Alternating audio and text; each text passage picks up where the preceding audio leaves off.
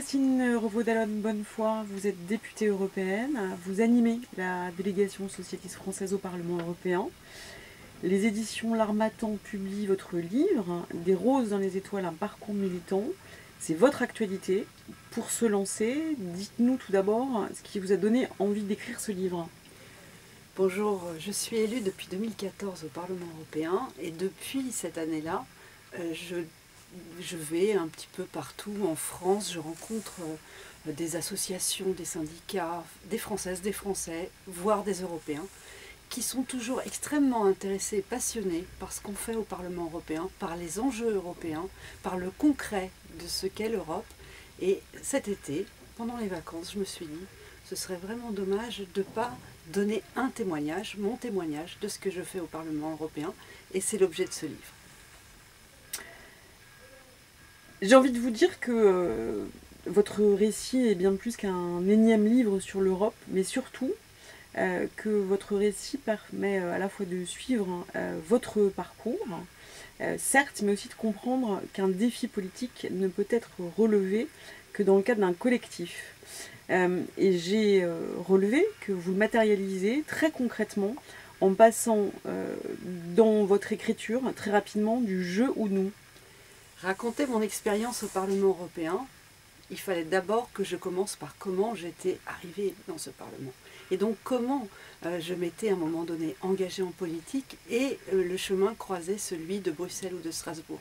Et donc je suis revenue très tôt dans ma vie personnelle. C'est la première partie de ce livre où il y a beaucoup de jeux, où je raconte comment l'élection de François Mitterrand en 81 est un premier souvenir très fort, mais celui qui a résolument marqué ma vie politique sans qu'il y ait encore cette perception très précise, c'était la chute du mur de Berlin entre le 9 et le 10 novembre 89. C'était le jour de mes 18 ans, je me réveille et ma radio qui se déclenche le matin alors que j'allais à la fac annonçait le mur de Berlin est tombé. L'Europe était ainsi réunifiée entre l'Allemagne de l'Est et l'Allemagne de l'Ouest et ça a été quelque chose qui m'a poursuivi jusque tout mon parcours. Et jusqu'à arriver en 2014 au Parlement européen, j'avais cet engagement militant, cet engagement d'élu local. Et au Parlement, j'ai découvert ce travail d'équipe formidable, le camp de base, comme on l'appelle, nous les socialistes français, dans notre manière de combattre tout ce que sont les injustices qu'on peut connaître au Parlement européen. Et c'est à partir de ce moment-là du livre où je parle en parlant de nous et pas de moi toute seule, parce que tout seul, on ne peut rien. Mais ensemble, on peut beaucoup.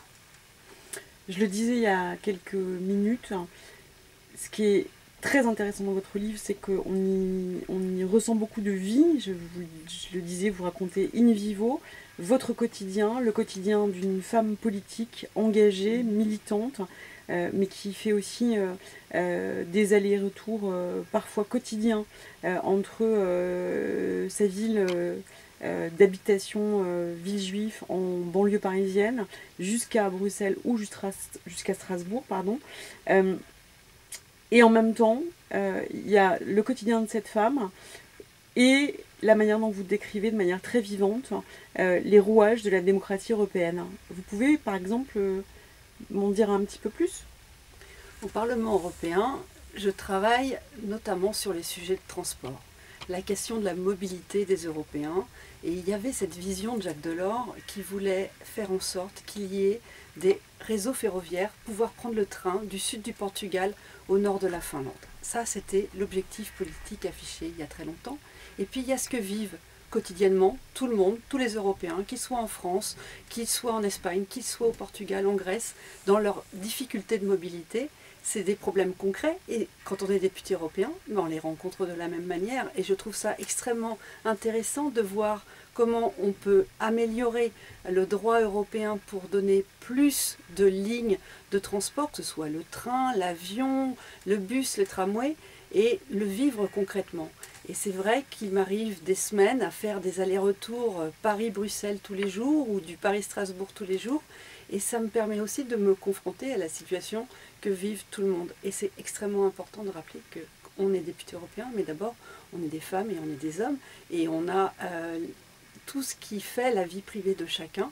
Et c'est ça aussi qui nous permet de légiférer sans être dans cette technostructure comme parfois on l'appelle. Bruxelles serait des gens qui ne connaissent pas le quotidien des gens. Non, c'est pas vrai.